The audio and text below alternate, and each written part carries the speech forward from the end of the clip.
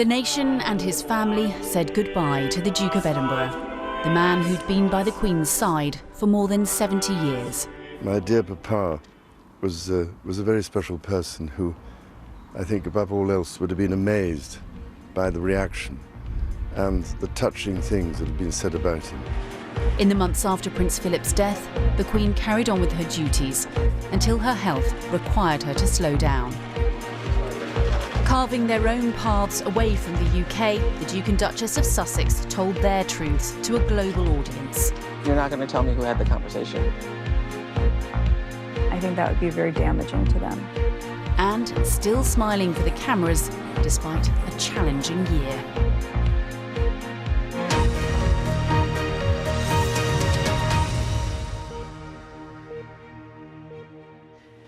You're watching BBC News. We have just received a statement from Buckingham Palace confirming that the Duke of Edinburgh has died. The statement says, "It is with deep sorrow that Her Majesty the Queen has announced the death of her beloved husband, His Royal Highness, the Prince Philip, Duke of Edinburgh. His Royal Highness passed away peacefully this morning at Windsor Castle." Friday the 9th of April. After a month-long stay in hospital, Prince Philip, the longest-serving consort in British history, had died. He'd been a public figure for most of his adult life, but in private he was head of the family, and after his death, his eldest son was the first to speak on their behalf. I particularly wanted to say that my father, I suppose the last 70 years, has given the most remarkable, devoted service to the Queen, to my family, and to the country, and also to the whole of the Commonwealth. And as you can imagine, my family and I miss my father enormously. He was a much-loved and appreciated figure. And apart from anything else, I can imagine, and we're so deeply touched by the number of other people here and elsewhere around the world in the Commonwealth who also, I think, share our loss and our sorrow.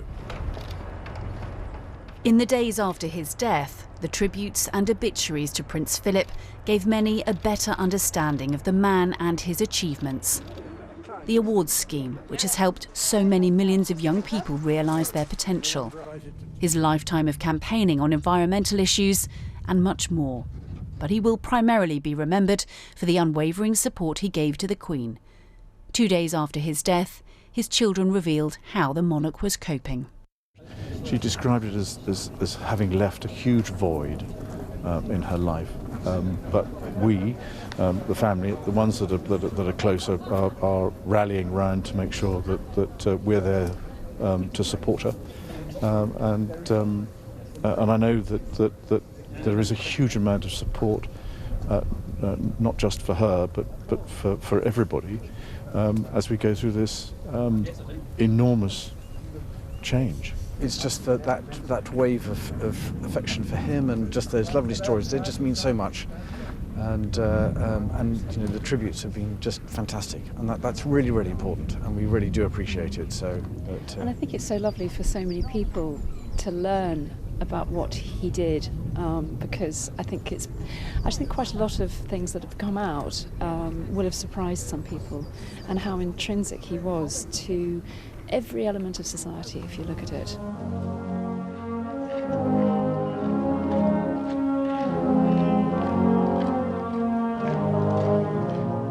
Saturday, the 17th of April, at Windsor Castle, the home he'd shared with Queen Elizabeth for so many decades. The scale of the funeral was smaller than it otherwise would have been due to the pandemic, adding to its poignancy. Heads bowed and rifles reversed, the military detachments paid tribute to one of their own. The hearse was a modified Land Rover, which the Duke had helped to design. His coffin was adorned with his personal standard and mounted with his sword and naval cap, and a wreath from the Queen. She made her way to St George's Chapel in the State Bentley, accompanied by a lady-in-waiting. The Duke's children and grandchildren, led by Prince Charles, walked behind the coffin as it slowly made its way through the castle grounds.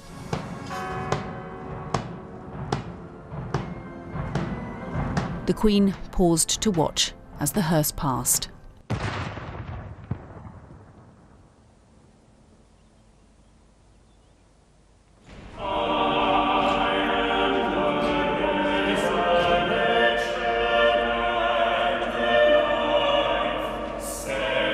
Inside the chapel, in accordance with COVID restrictions, just 30 members of the congregation were present, all of them masked. The service began with a tribute from the Dean of Windsor. We have been inspired by his unwavering loyalty to our Queen, by his service to the nation and the Commonwealth, by his courage, fortitude and faith. Watching on, close family members, and seated alone, the Queen. We remember before thee this day Philip, Duke of Edinburgh, rendering thanks unto thee for his resolute faith and loyalty, for his high sense of duty and integrity, for his life of service to the nation and Commonwealth, and for the courage and inspiration of his leadership. Slowly, the Duke's coffin was lowered into the royal vault. This was a funeral choreographed by Prince Philip, and in the final moments, buglers sounded the Royal Navy's call to action stations.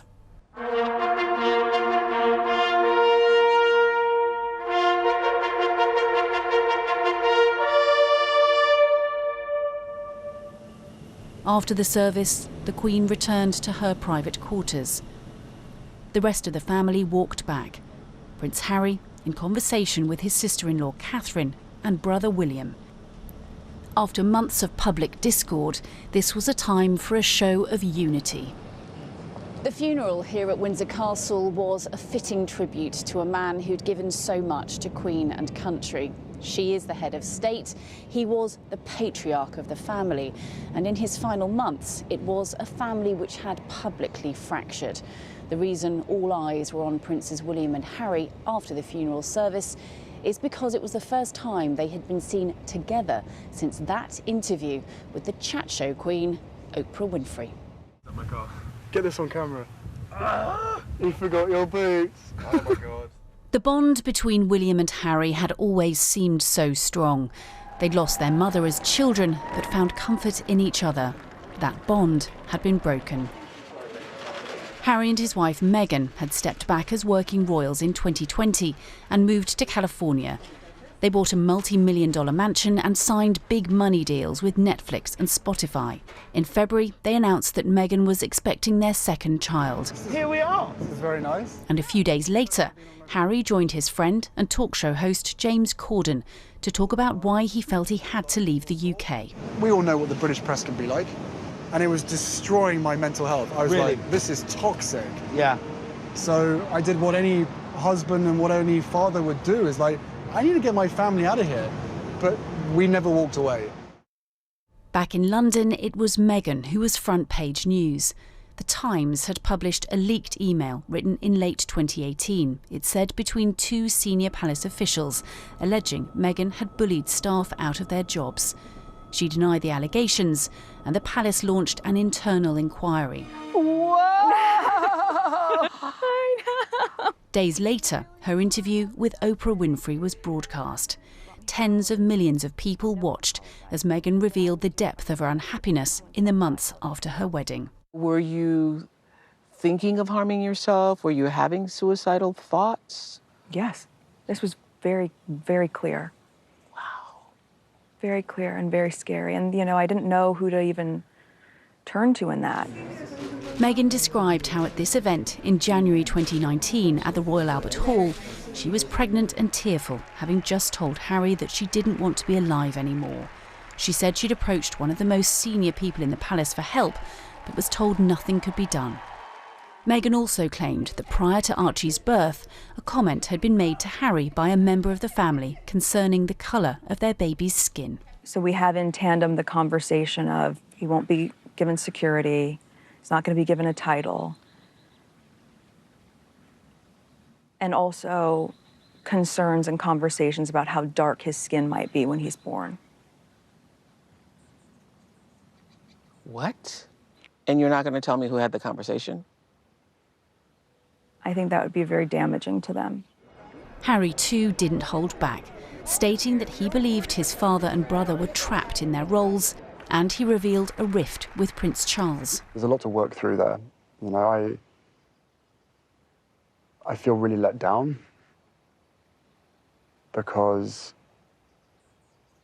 he's been through something similar. He knows what pain feels like. And Archie's his grandson. But at the same time, you know, of course I will always love him. But there's a lot of hurt that's happened. The day after the interview aired in the UK, this statement was issued on behalf of the Queen. The whole family is saddened to learn the full extent of how challenging the last few years have been for Harry and Meghan. The issues raised, particularly that of race, are concerning. While some recollections may vary, they are taken very seriously and will be addressed by the family privately. Harry, Meghan and Archie will always be much-loved family members. At an engagement later that week, a reporter asked William to comment. Have you spoken to your brother since the interview? No, I haven't spoken to him yet, but I will do. And can you just let me know, is the royal family a racist family, sir? No, we're very much not a racist family. Despite William's denial, the charge of racism hasn't gone away. And who was the alleged racist? Well, that's still the subject of much speculation. Since the interview aired, it has been dissected, criticised by some, praised by others. That the Queen would have been deeply concerned by it was evident by her statement in response to it. Still to come in this look back at the royal year, waving goodbye to the Queen as the head of state. Prince Charles looked on as Barbados became the world's newest republic.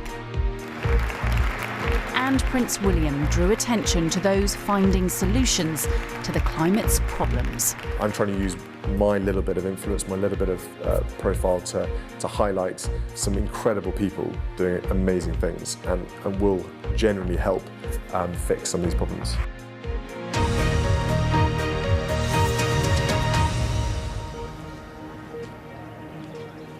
It was a difficult start to the year for the Queen, but worries over how she would cope following the death of her husband were seemingly put to rest over a sun-drenched June weekend. At the G7 meeting in Cornwall, the royals were out in force promoting Brand Britain. And taking centre stage, the 95-year-old monarch. She'd clearly lost none of her authority or sense of humour. How's that? Are you supposed to be looking as if you're enjoying it? Yes. Royal salute! The following day, the Queen was back home for Trooping the Colour, the military parade which celebrates her official birthday. The day after that, she welcomed President Biden and the First Lady for tea at the castle. Did you make it? She spent the summer at Balmoral in the Scottish Highlands, and on the 1st of October, it was back to work, planting a tree to highlight the Platinum Jubilee initiative, the Queen's Green Canopy, launching the Commonwealth Games baton relay, celebrating the Royal British Legion and publicly using a walking stick for the first time, then travelling to Cardiff to open Parliament, and finally meeting global investment leaders at Windsor Castle. It was a hectic schedule and seemingly took its toll. The morning after this reception, a trip to Northern Ireland was cancelled at the last minute. The Queen spent one night in hospital and was told to rest on doctor's orders. Concerns intensified when a back sprain prevented her from attending one of the most significant events in her calendar, the National Service of Remembrance. Your Majesty. Good morning. Good morning. Hello, you. On the 17th of November, she was well enough to conduct an audience with the outgoing Chief of the Defence Staff. I suppose if you get into that job, you know, it's easier to continue. Going forward, the public may well have to get used to seeing less of the Queen physically out and about, But as her virtual address to the climate change conference COP26 illustrated, she doesn't have to be present to make an impact. Ladies and gentlemen, the Queen. For more than 70 years, I have been lucky to meet and to know many of the world's great leaders. And I have perhaps come to understand a little about what made them special. It has sometimes been observed that what leaders do for their people today is government and politics. But what they do for the people of tomorrow, that is statesmanship. I, for one, hope that this conference will be one of those rare occasions where everyone will have the chance to rise above the politics of the moment and achieve true statesmanship. Members of the royal family traditionally prefer settling legal disputes out of court. It avoids private details being made public. But this year, both here in London and in New York, lawyers have been busy arguing on behalf of their royal clients. In August, Virginia Giuffre launched a civil action against Prince Andrew, the Duke of York, alleging he sexually assaulted her on 3 separate occasions when she was aged 17. Then known as Virginia Roberts, she claims that at the time this photograph was taken, she was being lent out to powerful men, having been sex trafficked by the disgraced financier Jeffrey Epstein, the former associate of Andrew, who took his own life in jail in 2019. Ms. Giuffre's claim states that 20 years ago, Prince Andrew's wealth, power, position and connections enabled him to abuse a frightened, vulnerable child with no one there to protect her. The allegations have been strenuously denied by the Duke, including in his Newsnight interview in November 2019. Do you recall any kind of sexual contact with Virginia Roberts then or any other time? None whatsoever. Documents submitted by Prince Andrew's lawyers state Giuffre has initiated this baseless lawsuit against Prince Andrew to achieve another payday at his expense and at the expense of those closest to him. Should this case go to trial, it's expected to begin in New York in the second half of 2022. South Africa. And in late 2019, just as their royal tour was coming to an end, the Duke and Duchess of Sussex announced that Meghan was suing the publishers of the Mail on Sunday for breach of privacy. The paper had published lengthy extracts of a letter written by Meghan to her father, Thomas Markle. The case didn't go to trial because the judge issued a summary judgment on the basis that, taken as a whole, the disclosures in the newspaper were manifestly excessive and hence unlawful. The publishers, Associated Newspapers, appealed and lost. It was a victory not just for me, said Meghan, but for anyone who's ever felt scared to stand up for what's right. With the Queen largely staying behind Windsor Castle's walls, Prince Harry and Meghan in California and Prince Andrew no longer a working royal, there have been plenty of duties for the remaining senior members of the royal family to take on. In another year in which travel has been curtailed by COVID, Charles and Camilla have been the face of Britain abroad, with some spectacular photo opportunities in Egypt and on the banks of the River Jordan, visiting the place Jesus is said to have been baptised. During the tour, the Prince was asked about his mother's health. Once you get to 95, it's not quite as easy as it used to be. Thank you so much. It's bad enough at 73. In late November, the Prince travelled to the Caribbean. He arrived as the future King of Barbados, but by the end of this ceremony, the island nation had become a republic, with the Queen removed as the head of state. Charles used his speech to emphasise enduring friendships and directly acknowledged an uncomfortable shared history. From the darkest days of our past and the appalling atrocity of slavery, which forever stains our history, the people of this island forged their path with extraordinary fortitude.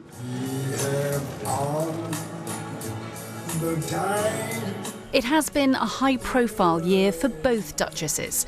As well as accompanying their husbands to the usual royal engagements, they've received plaudits for their campaigning efforts on issues they consider important. Camilla once again shone a spotlight on violence against women, a subject all too often in the news. This country has been appalled and saddened by the loss of women to violence this year. On average, one woman is killed by a man every 3 days. Sarah Everard, Sabina Nessa, Wenjing Lin, Jatika Goyle and Benelin Burke are names which, with all the others, must never be forgotten. It was Catherine and William's 10th wedding anniversary this year, and to celebrate, they released a stylised video showing the couple and their 3 children enjoying family time together. Throughout 2021, the Duchess has continued to push the importance of the first 5 years in a child's development, and in June launched the Royal Foundation Centre for Early Childhood. Working closely with others, the centre hopes to raise awareness of why the first 5 years of life are just so important for our future life outcomes, and what we can do as a society to embrace this golden opportunity to create a happier, more mentally healthy, more nurturing society. Glasgow at the climate conference COP26. Both Charles and William have spoken out on environmental issues this year. Prince Charles outlined his position to the BBC's climate editor, Justin Rowlett. The narrative has changed. You know, lots of the things that you said are now mainstream. It's taken far too long. World leaders are gathering in Glasgow to talk about the kind of issues that you were... Yeah, but they just talk. And the problem is to get action on the ground, which is what I've been trying to do for the last 40 years. It's true to say that you've got a pretty hefty carbon footprint. It must take a lot of gas to heat a palace. Yes, yes, but I have tried for a very long time to make sure that the heating is done in a way that is as sustainable as possible. So I've got electric cars, like my old Aston Martin, which I've had for 51 years, runs on, can you believe this, surplus English white wine, and whey from the cheese process. Prince William challenged the world to come up with solutions to the climate crisis, and at a star-studded awards ceremony, the first 5 winners of the Earthshot Prize were given £1 million to expand their ideas. The Prince spoke to newscast's Adam Fleming. If we're not careful, we're robbing from, our children's future, what we do now. And I think that's not fair. And so I'm trying to use my little bit of influence, my little bit of profile to highlight some incredible people doing amazing things and will genuinely help fix some of these problems. As well as featuring on Newscast, William's Earthshot Prize translated into a 5-part BBC One series and awards night special. But the royal family's relationship with the media in general this year, and in Prince William's case with the BBC in particular, has been fraught. In July, on what would have been her 60th birthday, Diana's sons briefly reunited to unveil a statue of their mother at Kensington Palace. There were no speeches, but in a joint statement, they said they wished every day she was still with them. A few weeks prior to this, a report into the BBC's award-winning 1995 Panorama interview with Diana had been published. Its author, Lord Dyson, was scathing in his criticism of the reporter Martin Bashir, who'd been found to have lied in order to secure the interview, and the subsequent BBC cover-up. Both Bashir and the BBC were widely condemned, none more so than by Prince William. It is my view that the deceitful way the interview was obtained substantially influenced what my mother said. The interview was a major contribution to making my parents' relationship worse and has since hurt countless others. It brings indescribable sadness to know that the BBC's failures contributed significantly to her fear, paranoia and isolation that I remember from those final years with her. In November, a documentary by the BBC's media editor Amal Rajan, billed as examining the relationship between William, Harry and the press, provoked further criticism. This time, a highly unusual joint statement from the 3 royal households was released, expressing their disappointment that the programme had, in their view, given credibility to overblown and unfounded claims. In the aftermath, a carol concert hosted by the Duchess of Cambridge, which had been expected to be broadcast by the BBC, was instead offered to ITV.